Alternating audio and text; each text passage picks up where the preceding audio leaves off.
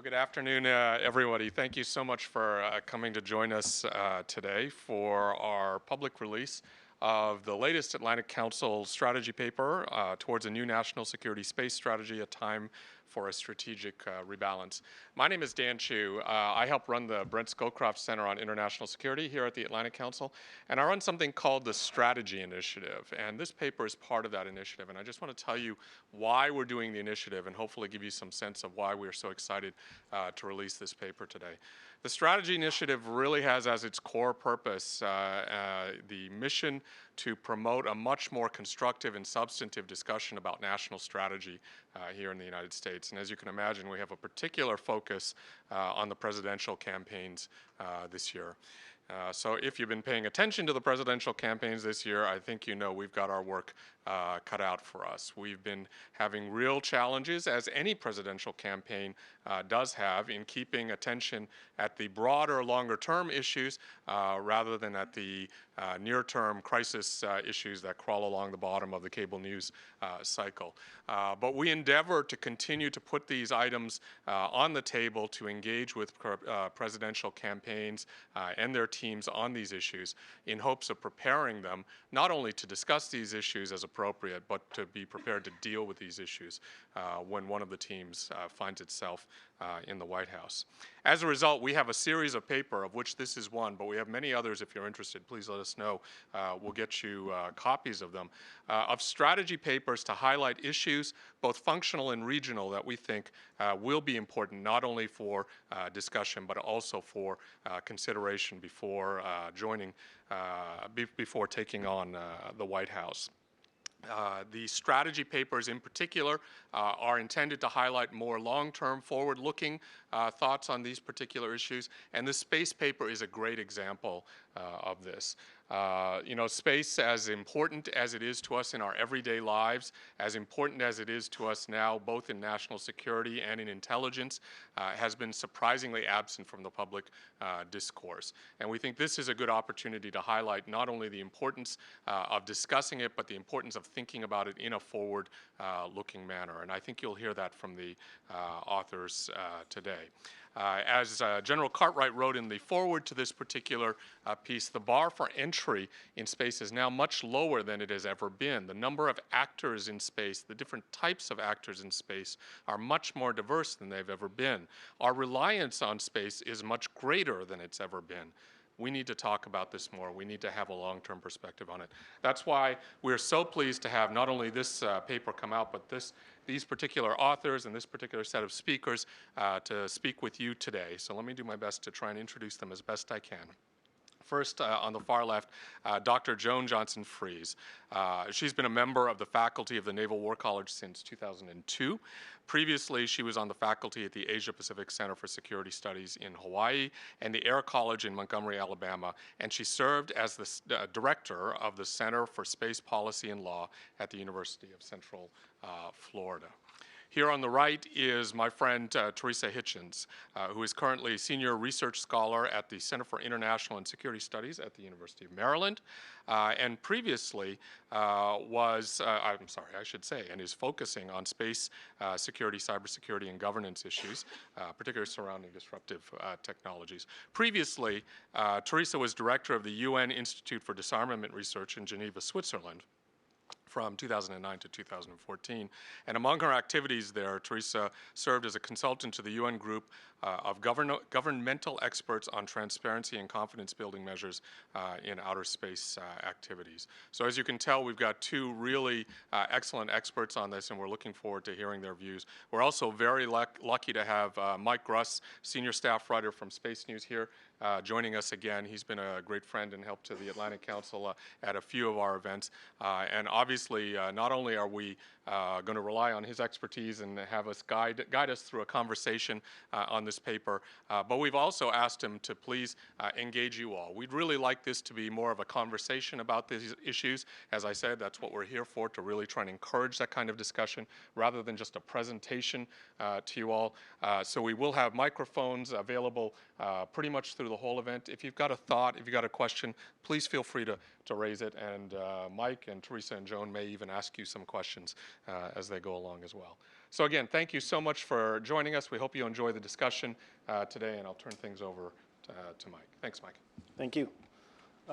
Okay, so like I said, we're going to keep it hopefully fairly casual today for Friday afternoon, even though I am in a tie. I want to start with some basic definitions when we're talking about strategy and policy, and obviously the name of this paper is Toward a New National Security Space Strategy. But let's talk about where we've been and kind of where we're going. So let's start with Joan, a little bit about where have we been the last, and let's say, the way I'd like to frame this is the last 9 or 10 years, starting, I guess, around the time of Chinese anti-satellite test in 2007. Okay.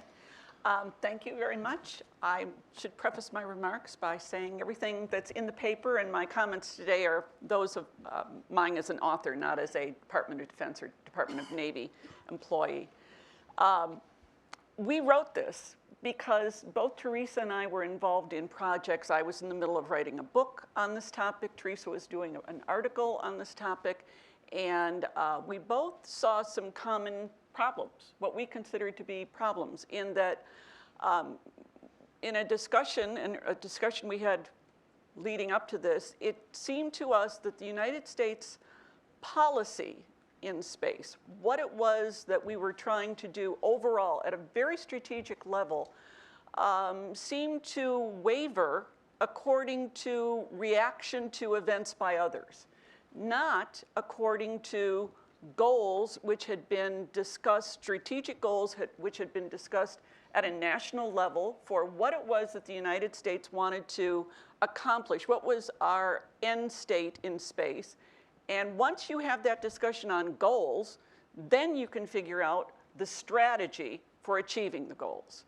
And without that prior discussion of goals, you are led to a kind of Alice in Wonderland, if you don't care where you're going, any road will take you there strategy, which we again felt was primarily reactive. That well, you can even go back further, that the United States, we know, or at least it states in many of our strategy and policy statements, that we want a stable, sustainable environment where we have access to space.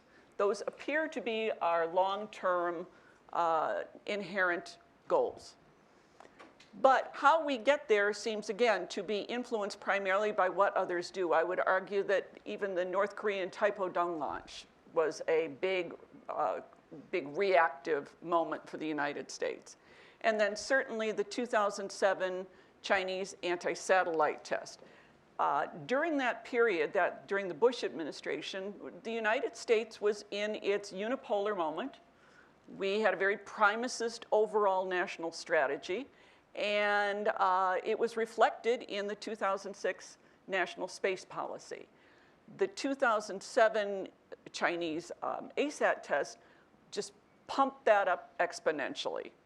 And we talked about control, domination, all things which have a corollary in military terms, which may or may not apply in space terms. But then entered the Obama administration, which initially had put in its platform, website platform, discussion of perhaps a test on technologies, ASAT technologies, and then that quickly went away. But nevertheless, the policy overall was strategic restraint, that the United States would hold back from developing technologies and taking actions which would perhaps trigger reactions in other countries, that we were going to rely more on diplomacy and a multi-tiered or multi-layered deterrence approach that would encompass not just the military, but a broader spectrum of considerations. That seemed to hold, though there was always an undercurrent that felt that, that as we all know, the environment, the space environment is competitive, congested, and contested. They're going to pull your card. Yeah, I get them all, I jumbled them up. But of course, in keeping with the three-word rhyme, so then we had to have defend, deter, defeat. And then that leads to misunderstandings, misapprehension, it's just, we have Mistakes. bumper stickers. But one of the things that we talk about is we don't unpack these bumper stickers. They roll off your tongue and it sounds like a good thing to do, but what is actually meant by it? And what it seemed to us to do was we kind of deterred, especially the diplomacy and the deterrence by denial portion to the side and went heavy into defend and defeat. I would argue that everything from the 60 Minutes piece. And so just to be clear, now we're talking closer to 2013, 14, 15. But yes, there was this thread of that's where we should go. 2013, everything was let loose. Now, when I say everything was let loose, again, there was this very active move to the defend, defeat portion of the three-word mantra, and including programmatic changes, including a lot of return to what I consider bombastic control domination language.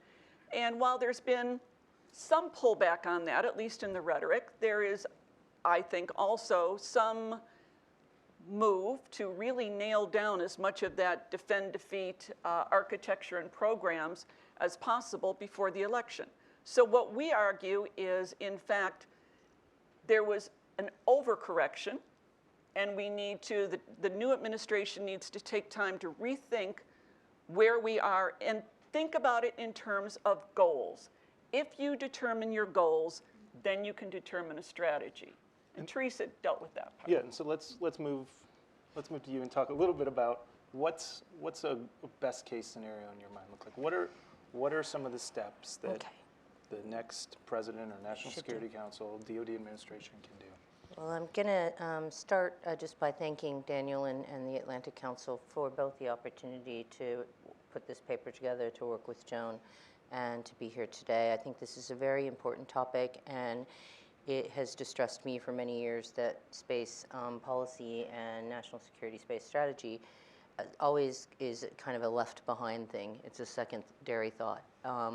Despite the fact that when you talk to military leaders, DoD leaders, the intelligence community, they will tell you, or anybody in the space world, about the importance of space to everyday life, to all of us, to the world, to international security, to every person on the globe. And I just want to put that out there because I think it's really important to remember that space is a critical thing, and it's not just a military thing or not just an intelligence thing. It's also something that supports our entire way of life around the globe, and that's really important. So we need to get this right, and we ought to have high-level thought processes given to this, and oftentimes that does not happen.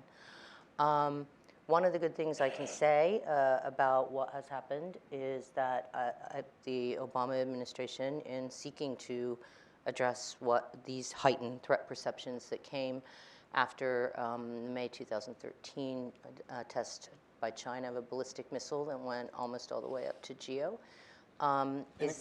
Just explain why that's important. Okay, geosynchronous orbit, it's about 36,000 kilometers in altitude. It's where a lot of the very high value, what the community calls exquisite satellites live, intelligence satellites, military communications satellites. And that's, traditionally people have thought of that orbit as being relatively safe because it's difficult to make things happen up there, and that has changed. And as Daniel said, as Joan said, technology's moved on. It's created a different thing. And so the threat perceptions now have shifted dramatically in the United States. And it is true that the risks, I'm going to make a slight difference between risks and threats, but the risks are getting higher and higher, and that is true. And so I welcome the fact that the Obama administration took the time to review and to think about these things, and particularly to think about protection strategies for our space assets, because we've been talking about vulnerability and the very big vulnerabilities of space assets. Big things cost a lot of money, not a whole lot of them, and yet vulnerable because of the physics of space. Since the 1990s, and we never really put our money where our mouth was. People bemoaned the fact, but protecting the satellites, figuring out ways around this almost single point failure in our military strategy never really happened. People talked, but they never put the money, they never put the time, they never put the structure. And that was a mistake. And so the Obama administration's desire to look at resiliency and protection is good. But what should we be doing? I do think there's been an overcorrection. I think there is now really what you hear, what you're seeing, and if you look at what happened under the Strategic Posture Review of 2014, and I do need to say something about that. Unfortunately, in the book, there was a mistake. It says Space Posture Review throughout instead of Strategic Posture Review, and that's kind of sad. But and it also proves that when you work in a world of acronyms, you just slide over because you go straight to the acronym and go, SPR, well, I know what that is. So we apologize for that. It will be corrected in the online version of the paper. But the Strategic Posture Review was done by DoD. It was primarily an intelligence community and DoD exercise. NASA was not involved, for example, and we think that's a mistake. We don't think you can have a balanced approach to national security space strategy without considering that there are other elements of security strategy than those two entities. NASA plays a role, FAA plays a role, FCC plays a role, NOAA plays a role, weather satellites, and those considerations have to be brought in. We need a holistic view of security, and that has traditionally not happened in the space arena. That's part of the rebalancing. It's also bringing in the industry, which is much more active these days. There's kind of a renaissance in the space industry. That's important. They're pushing innovation. They're pushing technology. They're giving us capabilities for less money. And that's really important, and yet they're also not really integrated into these discussions. And that's important, public-private partnerships, the need for that.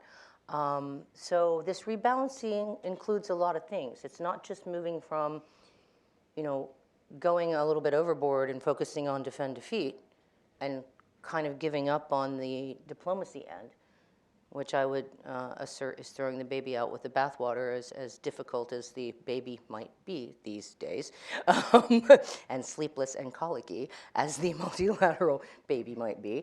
That's a mistake, and so that's part of the rebalancing as well. We talk about the idea, and then I'll shut up and let other people talk, but we talk about the idea of having a proactive preventative strategy. Because if what your goal is in space is sustainability of the environment, safety of operations, and security, then really the goal of preventing space from becoming a battlefield and a war zone is your primary goal. You don't want to lose the environment. You don't want to lose the security provided by the assets. So prevention should be the end goal. Now, there are people in the military who would tell me that's always our goal. Our goal is to prevent war. That is true. But space is a slightly different animal, and it needs to be thought of in that way because of the fact that it's not sovereign territory because of the tyranny of physics, and because of the variety of actors and the variety of uses. So this idea of prevention really has to be hit at. And we tried to look at the strategy in a holistic way to say you have different pieces. You have the diplomatic piece, and you have the deterrence piece. And while I really hate deterrence theory, there have been forests killed with books on deterrence theory, and it's a mind-boggling game. But in deterrence theory, if you talk about deterrence, there are several different flavors of deterrence. And we've tended in the past, in space and in general, in military thinking, to look at defend and defeat, the two ends of that scale. So deterrence by punishment, you do something bad, we're going to hit you harder, and you're going to regret that happening. So don't do it. Don't go there. Okay? That tends to be the end that we look at. But there are other forms. There's deterrence by denial. And deterrence by denial is, fortunately, one of the focuses of this refocus of the Obama administration. And that's the resiliency bit. That's the not having a single point failure. It's figuring out how to offload missions. It's mission assurance. It's making sure that you have other ways to do what you want to do. And it's complicating your adversary's ability to target your assets. So you are denying them targets, okay? Or you're denying them their ability to prevent you from doing what you want to do. And then there's deterrence by assurance, or positive deterrence. And almost no one ever talks about that. But it's a piece of this. It's a piece of deterrence. And that means when you tell people, if you don't do this, this is your reward. You get something. You get a carrot. It's called deterrence by assurance. And this is about having incentives, giving people incentives to do the right thing. Now, I can tell you, I don't know, a lot of you look pretty young, but I have a son, a grown son. And in raising children, you don't get your child to do the right thing simply by smacking them every time they do something bad. You also have to provide incentives. And that's important, and it's part that we often forget when we talk about deterrence. And I can talk about deterrence by assurance, for example, with regard to civil space cooperation with the Soviets and the Russians. And that was a firm example of deterrence by assurance on both sides. Both sides learned a lot about each other. They learned how to talk to each other. They had to work together in space, created channels of communications. And even today, where Russian-US relations are perhaps at a nadir, that part of civil space cooperation is completely in a bubble. It's going forward well in the NASA terms, and it's still there. Those channels of communications are still there. And that's something we cannot forget when we sit down to create a strategy, a security strategy. And with that, I will shut up. So let's back up to the 2013 time frame that you guys lay out in this paper, and you link it to this Chinese test. I know folks in the Pentagon have said at the same time there had been 2 wars going on since 2007, and that this is actually the first time, 2013 was the first time the Pentagon's brain trust was able to kind of focus on what was happening in space. But since then, since 13, we've seen SPEARs, these space portfolio reviews, in 14, 15, there's one going on this summer. $6.6 billion shifted over 6 years to broadly called space protection. Joint Space Doctrine and Tactics Forum, which is kind of how to fight a war in space, essentially. The Joint Interagency Coordination? No, that's not it. Cooperation. JICSPOC. That's what we're talking about here. We love acronyms. Just stick with the acronyms. We've seen the stand-up of the Principal Defense Space Advisor, a new kind of governance within the Pentagon for space. We've heard about involvement directly from President Obama, the Space Mission Force, now recently the Space Enterprise Vision. But I think a lot of this goes to something you speak to in the paper, which is, I'm not putting words in your mouth here, but kind of a change in tone in the phrase, winning the fight. And I wanted to ask a little bit, does that phrase make you cringe at all, or does it? The military is there to fight and win wars, so it's not surprising that is their focus. But this again goes back to the point that we started with of space is a vital national interest. It should be part of a broader strategic discussion, and it needs to go beyond the military. And it also goes to the point, all those things that you just mentioned are dealing with an increased threat perception, which to me, and much of it is directed at China.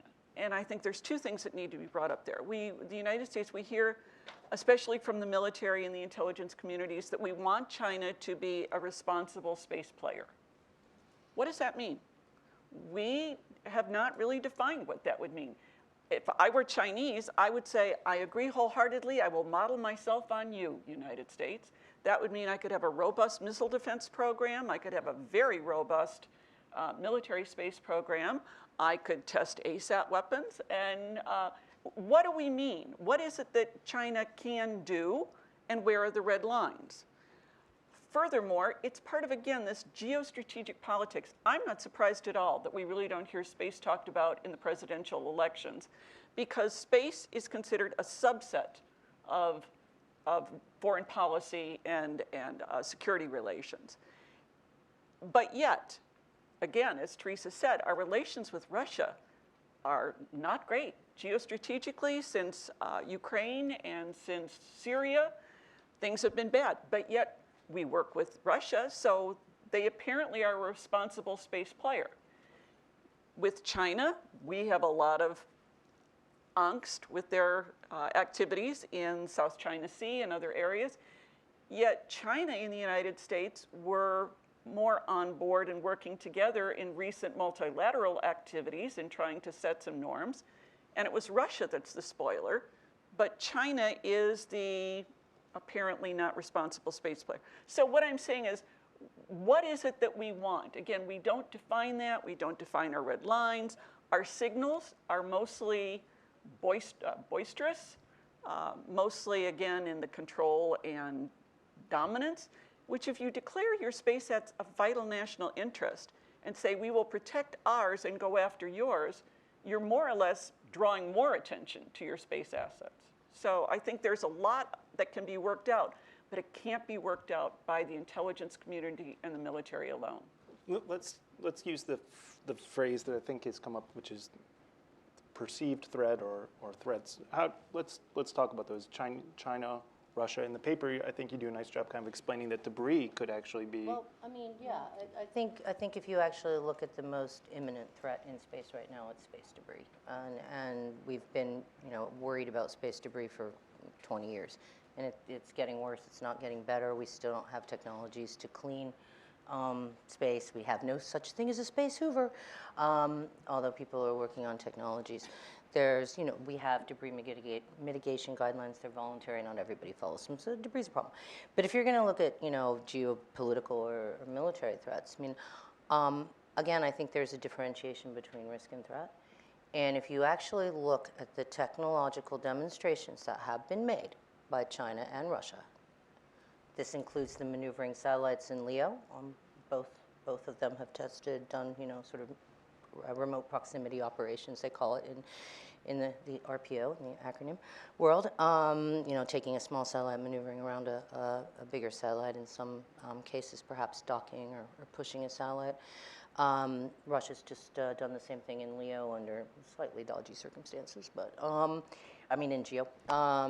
And you look at those technologies, you look at the ballistic missile technologies that are being tested. This is nothing the United States hasn't either already done or already deployed. Okay? So nobody's broken a law. The Chinese, I would say, actually did break the law with the 2007 test, depending on how you interpret the Outer Space Treaty. But nobody actually accused them of that. I will say that. Nobody ever said that out loud, not even us, not even the US. But anyway, so they haven't done anything we haven't done. You haven't seen fleets of weaponry deployed on the ground in space. So what you've got are capabilities demonstrations and maybe signaling. I don't know. Our signaling is confused. Nobody knows what each other's trying to signal. That was part of the point of the paper on diplomacy and the need for dialogue. So I don't think it's time to panic. That's the point about threat perception. I don't think there needs to be a panic. People need to be concerned. We need to take this into account. It would be patently stupid for the United States to forego, contingency planning and actually, trying to do some of these things, resiliency. It would be stupid not to plan for warfighting in case the worst case thing breaks out. We wouldn't argue that. So let's get into the details of it. What's the difference between a correction that implies, hey, there is something needed, and an overcorrection, which is you've gone too far? Okay, can I address that? Yeah. A correction. We're very casual. It's Friday. We're very casual. A correction would have meant taking a look at this different environment, taking a look at it holistically, taking a look at what you want to happen, not what you are afraid of, and what are the pieces of this. So certain pieces were left out, civil end, the kind of the industrial end, all those things were left out in this, In the Spears, for rebalancing. example. And the second thing is, if it, and I think we argue this in the paper, there's a good part of what's happening. That's resiliency. It's the focus on resiliency. It's looking at distribution. How do you distribute missions?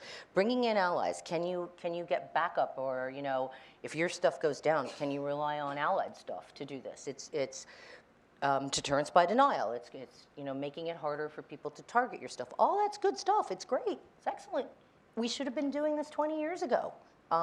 That's the good part of the correction. The over-correction is when you get into the rhetoric about, we're going to defeat you, we're going to start building offensive systems, we're going to do that overtly, we're going to build weapon systems to counter your counter space capabilities. Right.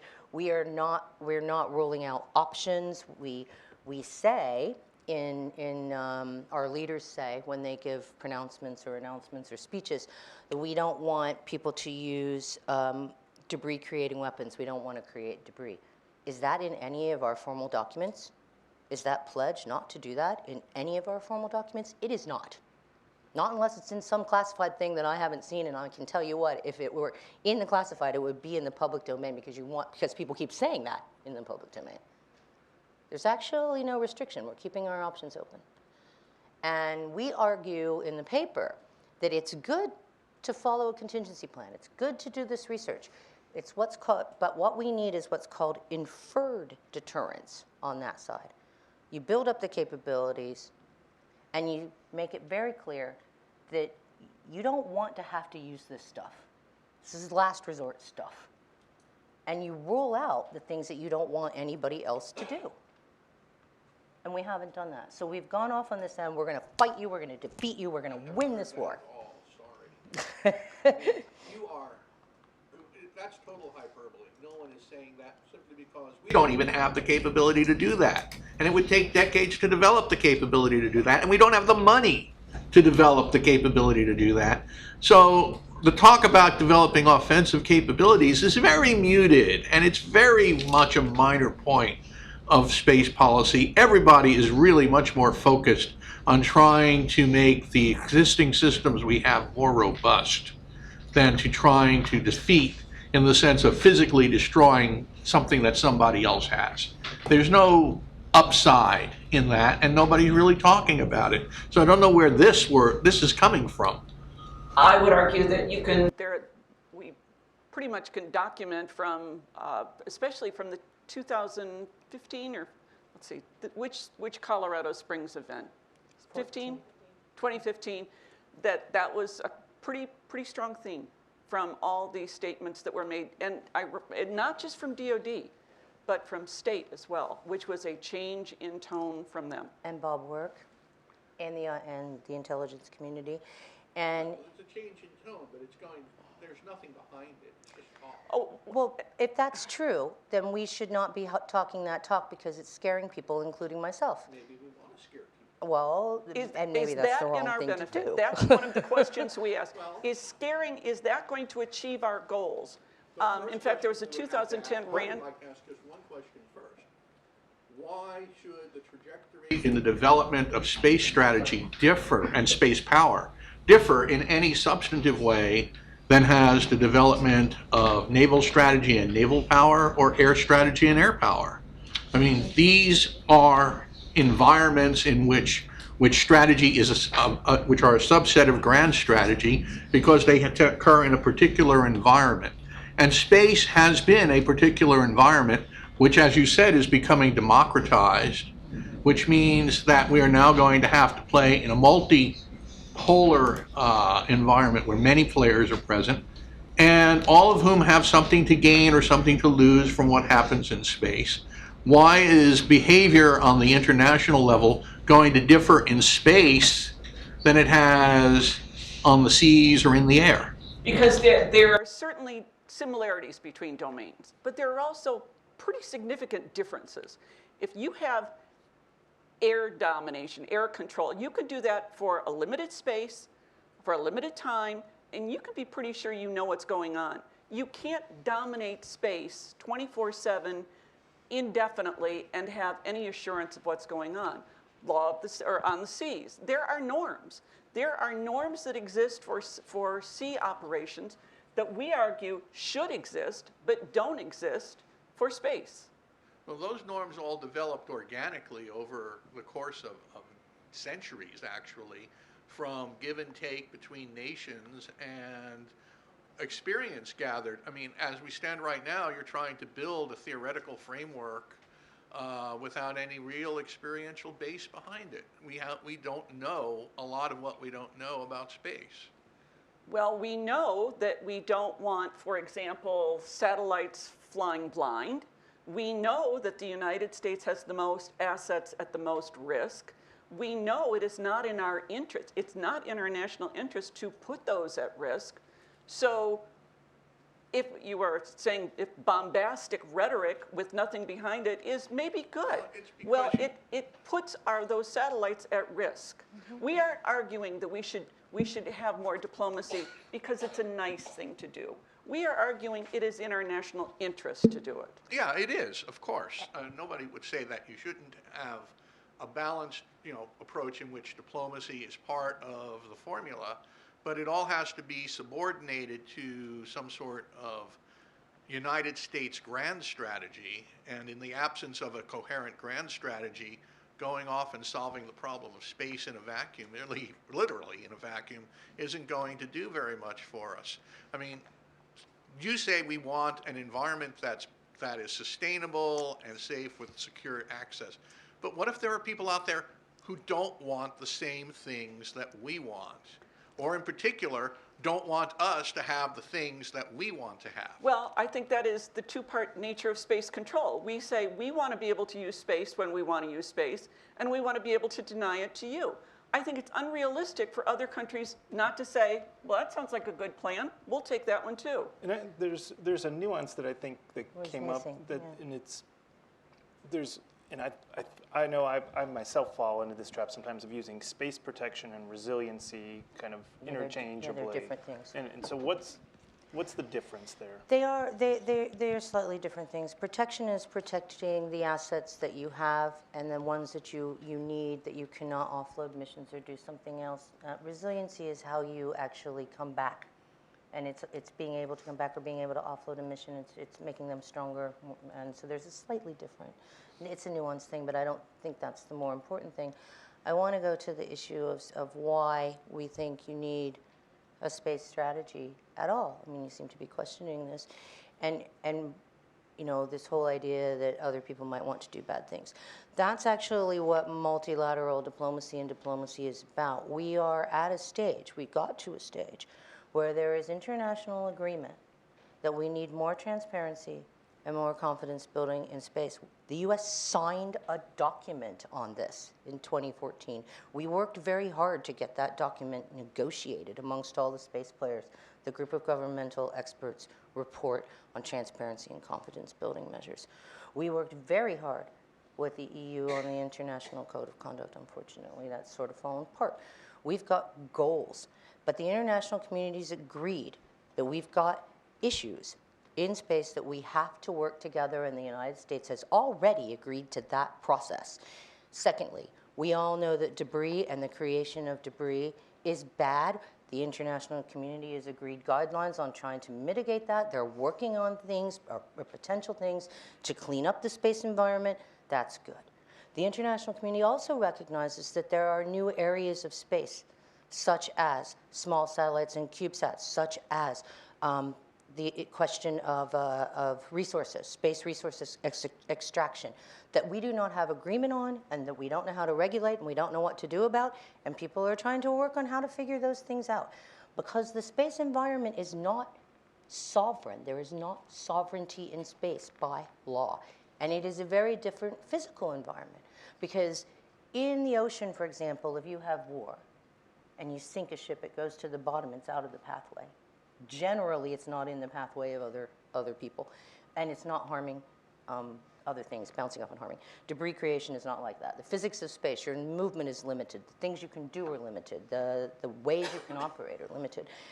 And what any one actor does in space affects all the other actors, whether they are military actors or they're civilian actors.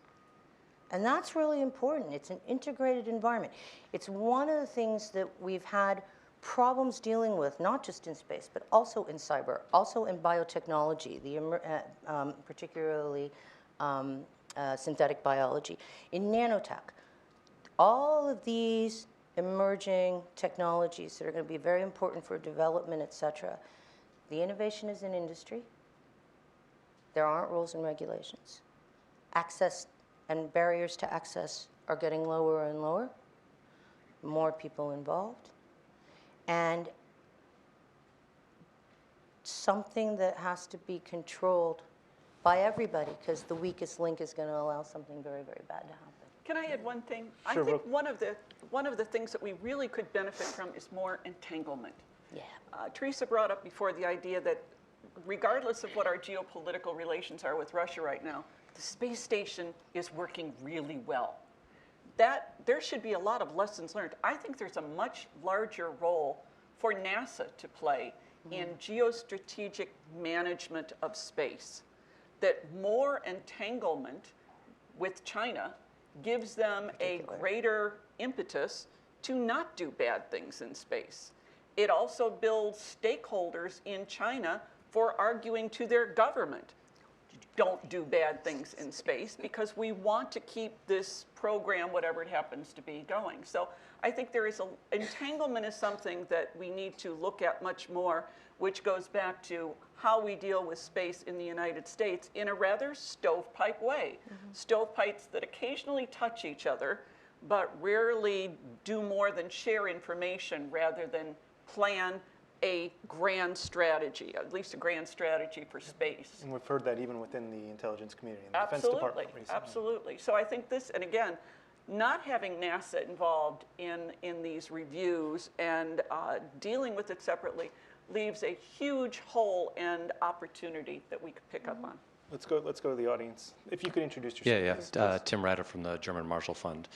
I guess one of the things I wanted to add to the comments here was that I think part of the reason that space, there's an asymmetric vulnerability of the United States in space. It would be very easy for a spoiler to destroy it for everyone through debris creation, and that would affect all other domains. So we're uniquely vulnerable too.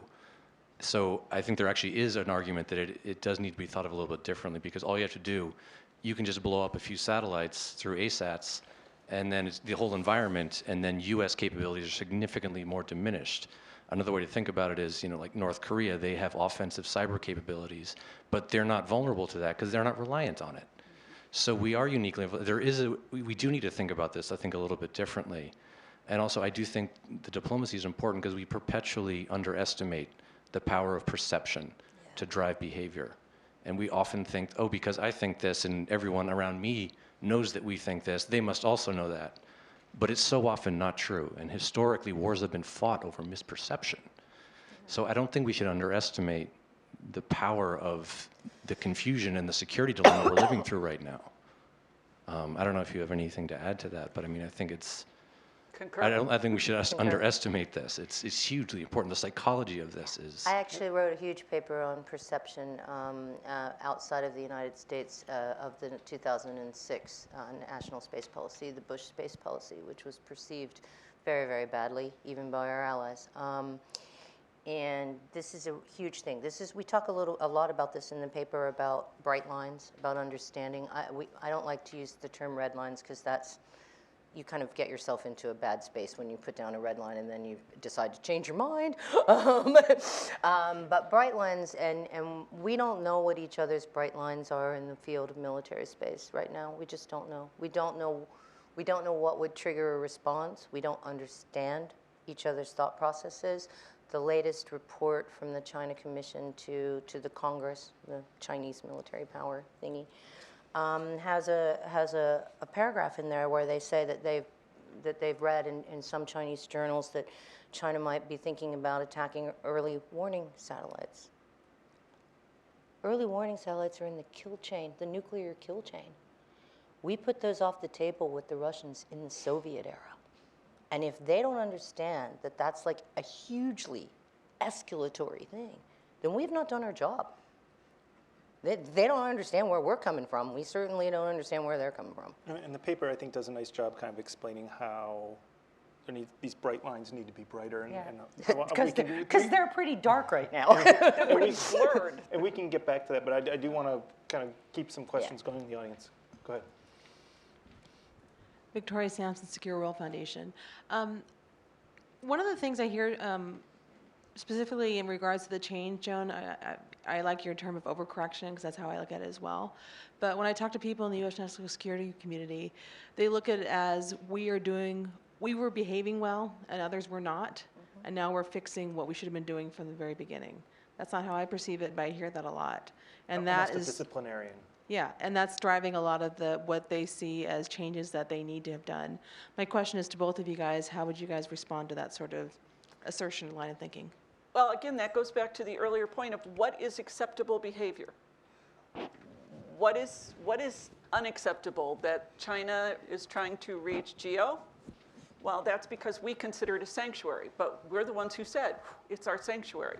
Nobody else agreed to, okay, it can be your sanctuary. So what is it that if we are behaving well, does that set the standard for what others can do? And if it doesn't, that puts us in a position of apparently our strategy is do as we say, not as we do. And that's not a viable strategy. So what is it that the United States would consider good behavior? I hear what people are saying in the community, and to a certain extent, I agree. We were practicing strategic restraint. We were, and that was a good thing. It is a good thing. We're trying to convince everybody else to practice strategic restraint. That would be a good thing. Yes, there have been these capabilities demonstrations. I go back to the point that these are capabilities that we've either already demonstrated or deployed. Okay? So let's just make it clear here. This is seeking parity at a minimum. And we're going to prevent people from doing what we do? That's kind of not okay. But the overcorrection, I think they are exactly right that they are doing things that they should have been doing for 20 years. I just said that. We've been talking about vulnerabilities. We've been talking about single point failure. We've been talking about resiliency. We've been talking about distribution and disaggregation and the need for all and mission assurance since the 1990s. And we've never put our money where our mouth is or our strategic, focus on doing that. It comes up and people talk about it, and they talk about the vulnerabilities, and then when you look at the budget, there's no there. And I think some people would argue, though, that that's what that $6.6 billion. Well, that's what they are doing, and I think that's great. But then they would say, but yeah, I'm also being criticized for doing an overcorrection. The overcorrection part, and maybe it's not true. Maybe it's just a perception, but everything that's being done under the Space Enterprise Initiative, this 10-year initiative to put things in place to make sure Obama has a legacy in space to actually do the right thing, okay? How much of that is in the public domain? 2 sentences from Hyten at a conference? All of that is classified. How do I know? Right. All I know is the rhetoric I hear on TV from people speaking, and that's the rhetoric I hear. And reading Space News. And reading Space News. My name's Nicholas Dale. I'm an independent contractor. How do you view hosted payloads in this continuation of discourse in space, particularly within resiliency in space? I think it depends on the mission, and it depends on how you do it. There are good things about that, some really good things about it. You have more assets. You've kind of maybe made it more difficult to people to choose a target set. If this is a commercial satellite that does other things, serves other customers, that's dragging in other, potential other players in the game. So there's some good things there. I'm a little more hesitant about hosted payloads with NASA because NASA's doing civil cooperation, and it might look, people already suspect that NASA's a cover for, I don't know, the intelligence community operations half the time. So that might not be, I don't know. I think there's things, and again, it depends on I think on the mission, how you go about doing that. One of the things that's being talked about internally is this question of, again, disaggregation, I think, which is now being used as a term of art to mean, can you separate strategic space assets, which are in the nuclear kill chain or at a higher strategic level, from ones used tactically? I think that's a really good idea because you really don't want those two things to be, this is kind of a mess. But on the other hand, it might be easier said than done. But I think hosted payloads for the most part are a good idea, but I do think that you have to sit down and say, okay, we need to like really think about the mission set here and what incentives are we giving people regarding targeting. And there's also a school of thought, I think right now within industry, that maybe hosted payloads have come and gone, that now it might be easier to just do small satellites. small satellites, yeah. Go ahead. I'm Erin Harbaugh. I'm with the Buchanan Group. I actually worked on public diplomacy for the State Department in the international security for many years until recently, so I take absolutely no responsibility for any previous public diplomacy efforts, and was not directly involved, but I'm very aware of them. Obviously, I've been very focused on the communications aspect of many of these problems, and what it sounds like, and picking up from what other people have questioned and commented on, is that we have a failure to communicate. We're not speaking the same language across industries, across governments, across sectors, even in the interagency. So there is a communication breakdown. There's also a fundamental messaging problem, and that's not helping. So there's a huge potential public interest. I mean, there are a lot of commercial opportunities, a lot of threats that would pose problems for everyday consumers. I mean, I assume if a satellite is knocked out, my cell phone is going to stop working. GPS Exactly.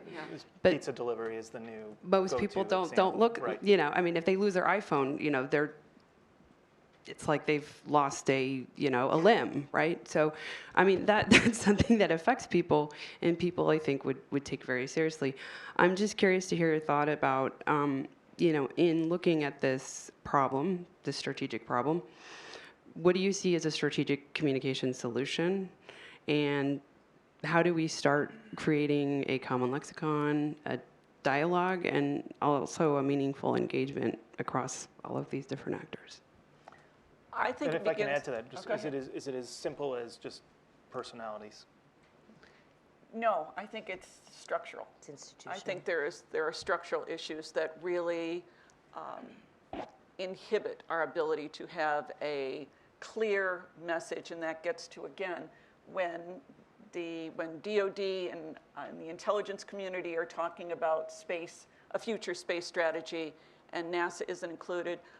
Brian and I wrote a paper one time and tried to use the term space as a commons, and that was a huge issue between different departments, one saying it was fine, the other saying, please don't do that.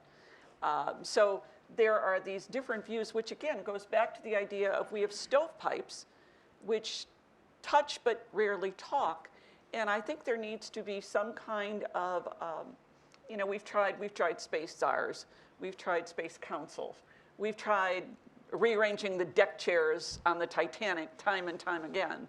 And we need but it's something that needs to be done. If there is a common message that can then be channeled out, but part of this is as well, for the military, their mission is different than NASA's mission. So they are going to emphasize very different aspects, but if you don't start with a goal, if you don't start with agreed on common goals and strategies to get there, which will be multi-layered, multifaceted, then you've lost before you start. Quick follow-up. You mentioned the rearranging of the deck chairs. Do you view the new setup within the Pentagon to deal with space, the principal defense space advisors, do you view that as simply rearranging the deck chairs? I think it's too early to tell. Okay, fair enough. In the back, please. Thank you. Thanks. My name's Luke Phillips.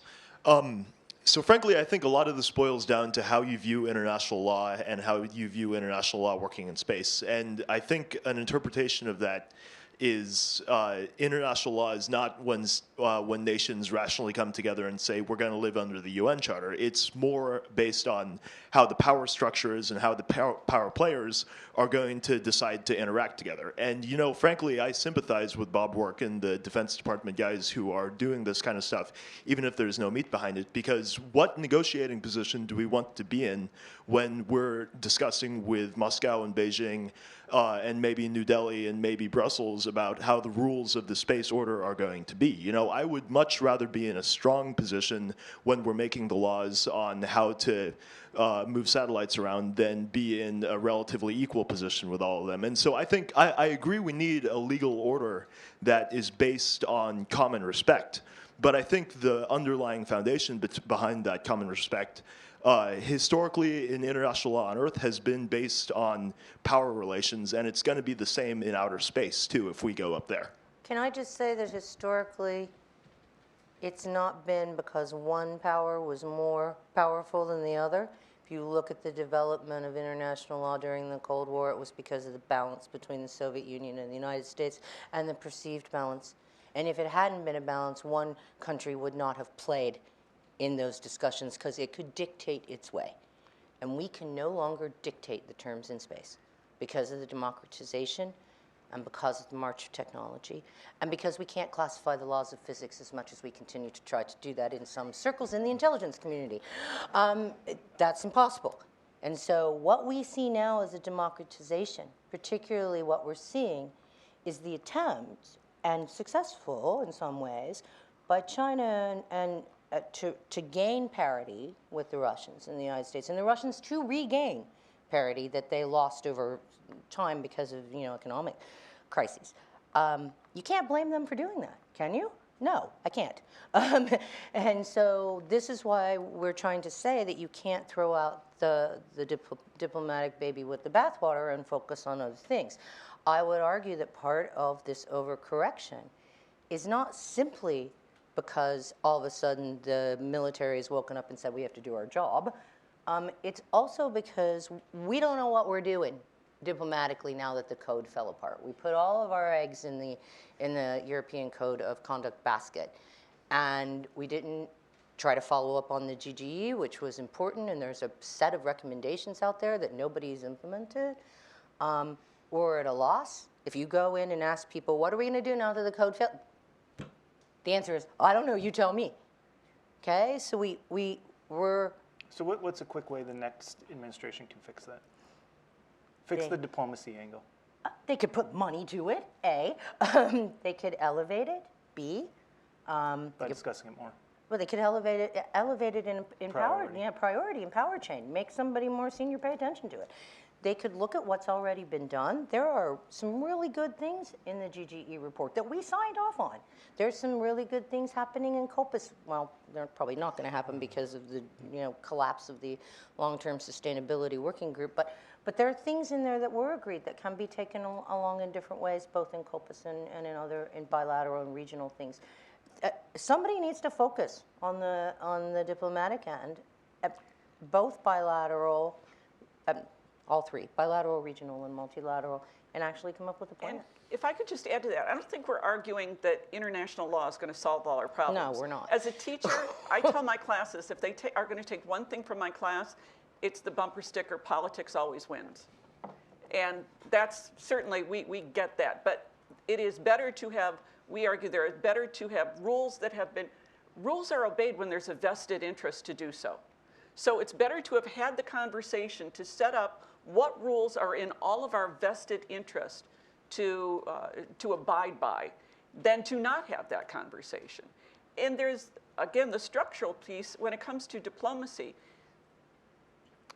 Defend defeat requires technology. Somebody's going to buy something. Diplomacy, you're going to talk. And it's frustrating.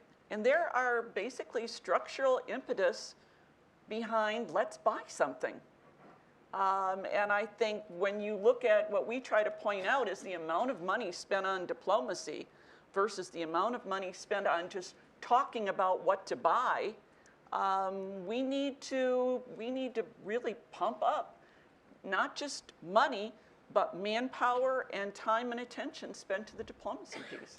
Let's go to Frank.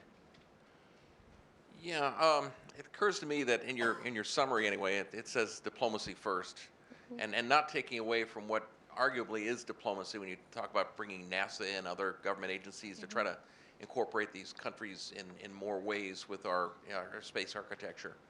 But ultimately, for both Russia and China, you're talking major regional powers versus we're a global power trying to integrate together assets and allies from around the world, it seems like inherently there's always going to be, there's a thing we do every once in a while called a day without space. The Chinese and the Russians do that all the time because they got the logistics and the local communications and all that kind of thing. They don't need space.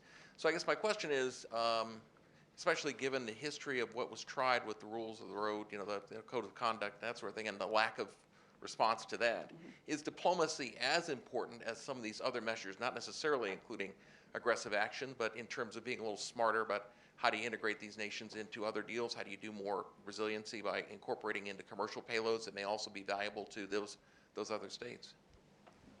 Well, I think we can just start with dialogue. There has been a serious lack of dialogue, which could lead to the entanglement and the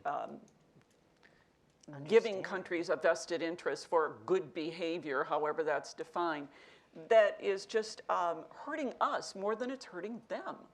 And I think that's a start. I guess I'm going to let Teresa pick up on the multilateral aspects, but I would argue we need to start with a far more attention to dialogue.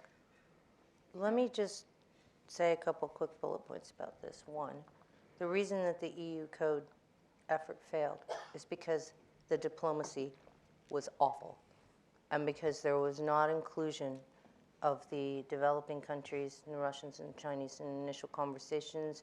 They were not adequately integrated into the conversation. It wasn't about substance.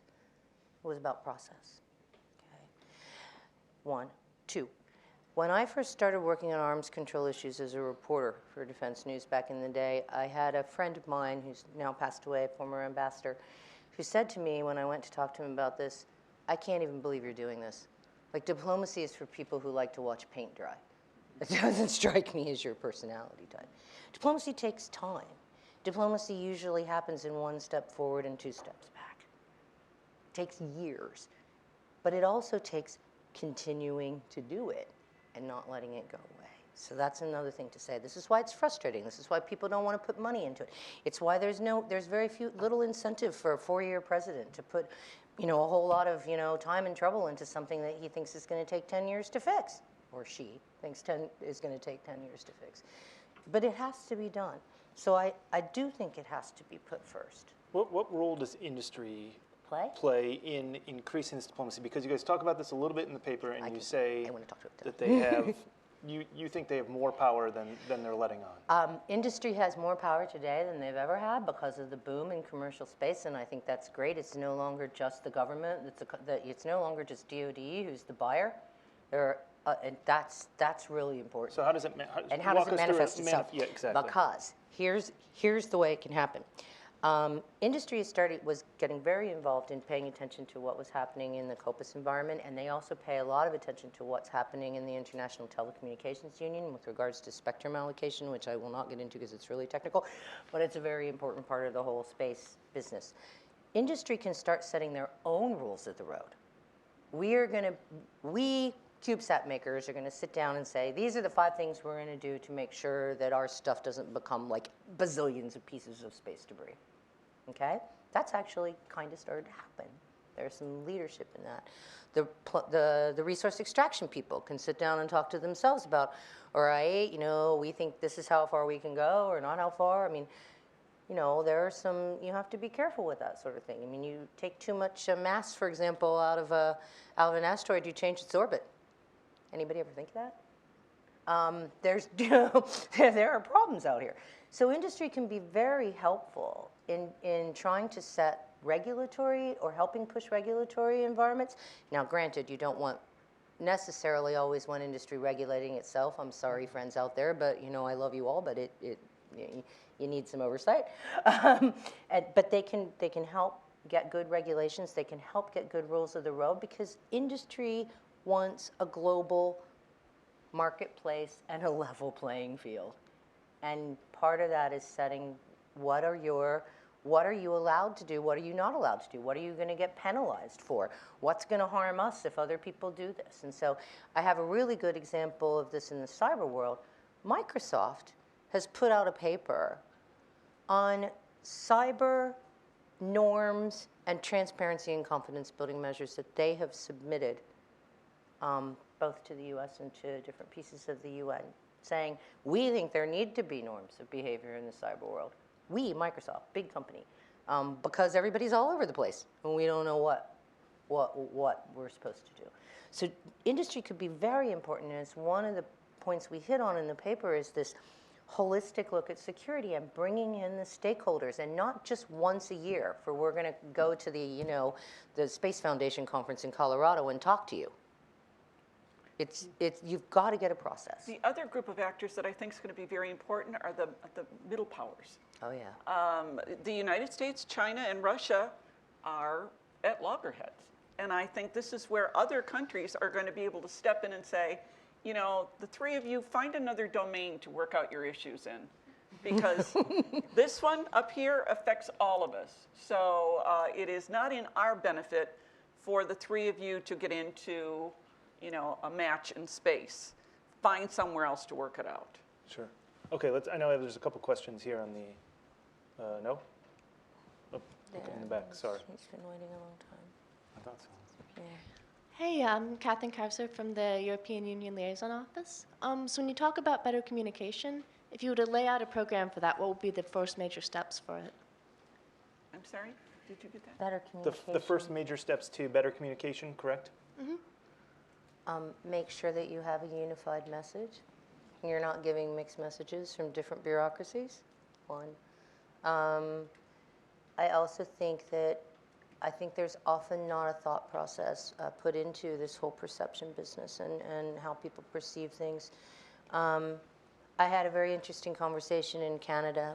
Both Joan and I were in Ottawa recently. The Canadians are redoing their defense policy, and they're also looking at redoing their space policy. And one of the questions asked to me was, first of all, was how can Canada participate in setting of multilateral norms, transparency, rules of the road, et cetera. And the second question was, and how does the development of counter-space weapons, counter-space technologies, and discussions thereof affect norm setting? It does. The very discussion of that complicates norm setting. Remember that all these things are linked together. And so I think there's not a lot of thought process hasn't been a lot of thought process about, if you say this, what happens over here? What really do people think? And I think you're getting mixed messages from different pieces of the space community, and that never helps anybody. Mixed messaging is not good. And it happens all the time in Washington because everybody's got their own priorities. Each of these, bureaucracies has their own priority. They have turf. They want budget money. This also happens to be an election year. Guess what happens in an election year? People who have not been listened to in the last administration decide now it's time, and they can get out there, put their message out, and hopefully the new administration will listen to them instead. It just happens. and one of those groups is Congress. Oh, yeah. What role do they play in this next administration in helping set the strategy? Because, for example, in the last year, we've heard House members talk about they're concerned because they don't know who's going to shoot first in a space war and what happens in that kind of shot doctrine. We've heard about the resurrection of the kind of space-based missile defense again, and obviously I'm guessing that doesn't lead to the goals you're talking about. So what kind of steps can be taken to help, I guess, make sure Congress I think if I could fix that, I would probably win if there was an American equivalent of the Nobel Peace Prize. But and that's across the board. I really like this stuff that Congressman Bridenstine has been talking about with his Space Act. I think there's a lot of Space Renaissance Act that I think are really good. I think there's an education that has to be there has to be more education of Congress on these issues and the interplay of the different issues. That the debate about planetary resources actually impacts law. It impacts international law. It impacts perception. This whole thing. It impacts national security. How do you deal with that? I also think that part of the problem is that in both, particularly in the issue of NASA not being able to talk to the Chinese, which is it's just stupid. And this is a matter of higher priority within an administration. Because yes, a president doesn't control Congress, but presidents and administrations decide where they're going to pick their battles with Congress. Traditionally, administrations haven't seen space as important enough to pick battles over, or very big battles I'm over. amazed at the number of people in the government, in various avenues of government, where you'd think they know, have no idea that NASA can't talk to the Chinese. And we'll say, what? Well, that doesn't make any sense. You know, it's just amazing that seems to be the case, and has been the case for several years. I'm also curious, you had a comment about Congress, dealing with Congress, that, yeah. Did I? I thought when Teresa began to talk, I thought you made a comment. I was curious of how you think Congress could play into this. I don't believe I made that comment, but you know, Congress is supposed to establish budgets and allocate resources. You know, not necessarily rubber stamping whatever the president sets down. Very frequently during the last administration, there's been a definite clash between the administration and Congress over how much to allocate to space and what to allocate the money for in space. So what we'll have, I mean, it's the job of the administration to establish a coherent national strategy, not just for space, because space is just an element of a national strategy. If there's a coherent national strategy at the top level, then space strategy will fall into it, and then from that should become a reasonable, rational set of priorities for funding. And that's the job of Congress, really. I think we're in total agreement with that. We're Yeah. arguing for a strategy, for goals, for then a strategy to be built Well, around. I was a student of Edward Luttwak back in the 1970s when he wrote a book called The Pentagon and the Art of War. And the one aphorism from that book that always sticks in my mind is, the United States doesn't have a strategy.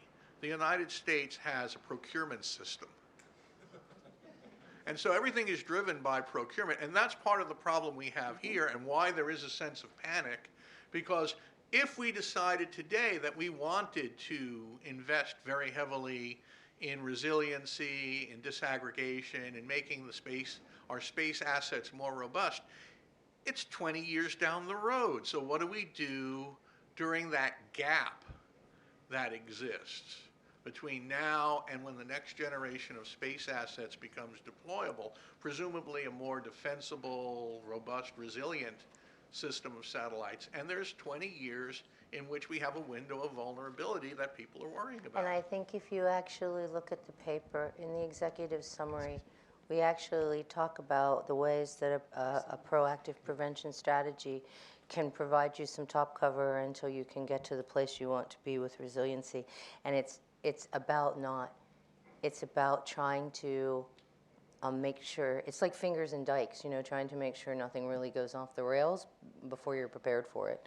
And that's part of a proactive prevention strategy. So we actually list 5 or 6 things that that this kind of strategic approach could do until you can get to the place where you have a more resilient structure and a better defined structure. Again, going back to, I'm not an engineer, but I've covered technology long enough to know that you do not wish to design in single point failures, and sadly we've come very close to that in the outer space regime.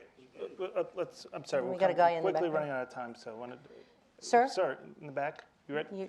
You've been waiting. Sure. West Wrist, American Society of International Law. I think in response to that point about, you know, there's going to be this 20-year gap of build-up before Congress authorizes and everything, that's part of the problem is we're still thinking of this as only a state actor playing field. That 20 years from now, yes, maybe the U.S. Congress will have, you know, authorized for 20 years concurrently increases in NASA's budget and DoD space budget. But the reality is that private sector is going to have gotten there significantly before that, have changed the playing field significantly, and have set standards that become the de facto rules for how we act simply by being the ones who are there. I think this is where, just like we've had to go through recently where states are learning that they may have reserved in the Treaty of Westphalia, they're the only ones who get to use force, and non-state actors have come along and said, well, we're gonna potentially challenge that. Now we've got space which only was accessible to state actors and now is open to the private sector. It changes the question about how governments engage with their own procurement process and their own funding process, because and that's part of what the Commercial Space Act, Right. was doing, was let's leverage business on our side for that kind of thing. I get that, and I agree with you up to a certain extent, but accept that in national and especially in international law, states are responsible for the activities of private entities. And so there is a caveat there. We don't know how they're going to be responsible. That's up to the states and the private entities to work those things out. And this is what you're seeing now with the push on, resource extraction in space. Can we get Paula Yep. in the back? Yeah. It's Paula Trimble, Lewis Burke Associates. Hi. The question I have actually is somewhat, maybe a little bit on the peripheral side, but within our own government, we seem to have an outcry that there should be more civil involvement and commercial involvement in space situational awareness. So I was hoping that you might be able to comment on the roles of civil and commercial entities in improving our awareness of space and space object management. That is one of my favorite subjects. Thank you for asking that question. Brian knows this. I'm all about SSA. I've been working on SSA since 2000. Yeah, I think it's actually critical, crucial, necessary, and it will happen. It just depends on how, and it's going to be a big, messy sausage factory for some period of time. Quite frankly, I mean, you've got this problem set in that the JSPOC in the Air Force, the people who are currently responsible for space situational awareness, both the assets and the conjunction analysis, the data analysis that's required, it's not their primary mission. It's time consuming, it's expensive. In many ways, they would like to get rid of it. On the other hand, they provide the data. A lot of that data is classified. They control the data flow. They're not necessarily sure they really want to give up that control over the environment. That's the essential push and pull. And then you've got to figure out where in the vast swath of civil space, commercial space, where do you put that mission? Where do you put that need? Who do you empower to do that? Who do you give budget money to do that? Because my big worry is the Air Force is going to say we're going to offload this to some, and that's going to be decided. It goes to FAA, it goes to FCC. I don't care. I'm not going to take a position. It goes somewhere else. And then there's no money because Congress doesn't give that agency any more money to do what it needs to do. Well, that would be the worst of all possible worlds. You've got industry who wants to play in this game now, or setting up their own systems for doing it because the government and the Air Force aren't doing it up to speed enough for them. That's something that's becoming commoditized, space situational awareness data. That's interesting. Is it going to be the total solution? I sincerely doubt it because of price points. I think that's going to be difficult. You've also got international clamor for more space situational awareness on the part of other actors, emerging actors, who don't have this capability and yet are operating satellites. That's kind of not okay.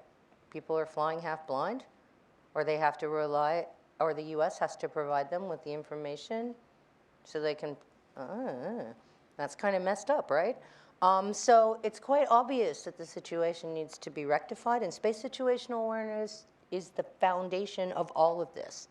You won't have safe space, you won't have sustainable environment, you won't have security, national security or international security if you don't have SSA, if you don't know what's going on, if you can't attribute, if you can't follow things, if you can't see things. It's a foundation stone, and if we don't fix it, things are only going to get worse with CubeSats and smaller things and too many things flying around. So it's got to be done. It's got to be done. We're going to go speed round real quick here. Speed round. 3 questions in a row? Boom, boom, boom. Might just be one, but we'll see. Hi, I'm Steve Traver from the congressional staff. One quick question. Would one of you give me the short glossary sentence I can use to describe what inferred deterrence is again? It's hard to do. Inferred deterrence, and you can look up Michael Crepon on this. He's done some good work on defining this, but it is defined in deterrence theory. It means developing the capabilities to deter certain deterrence capabilities, particularly usually applied to offensive capabilities. And you develop the capabilities kind of quietly, not necessarily even in the classified realm, but quietly without declaring that you've got an operation or making operational weapon system. It's what the US and the Soviet Union essentially practiced in the Cold War. They were working on technologies. On occasion they did a test. Nothing was ever really deployed. There weren't any laws against it. There weren't any agreements.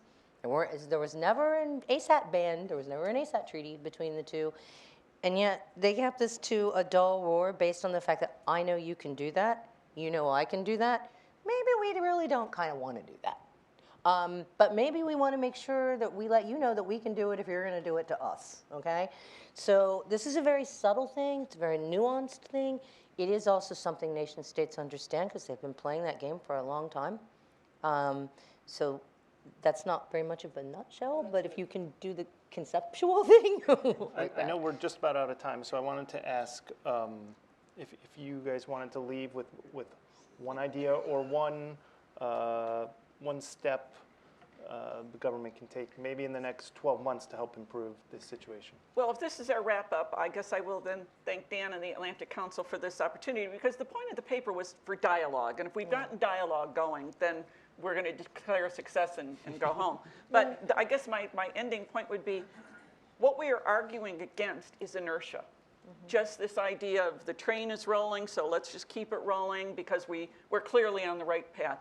We have time to think about it, and what we are arguing is that we should do that. How much time? How much time? Enough time. Enough.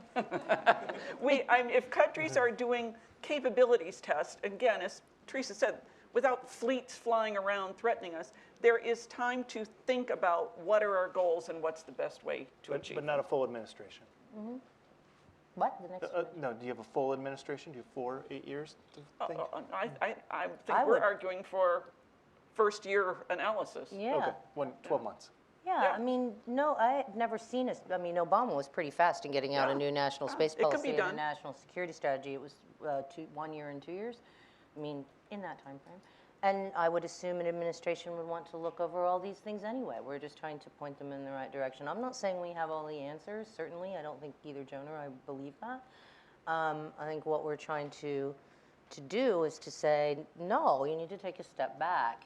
And you need to look at this, and you need to look at some of these aspects in a more holistic way, again, if I can say this over and over, I keep saying it to people, this is not about reactions to a situation that you are afraid of or a situation that you are afraid other people want to put you in.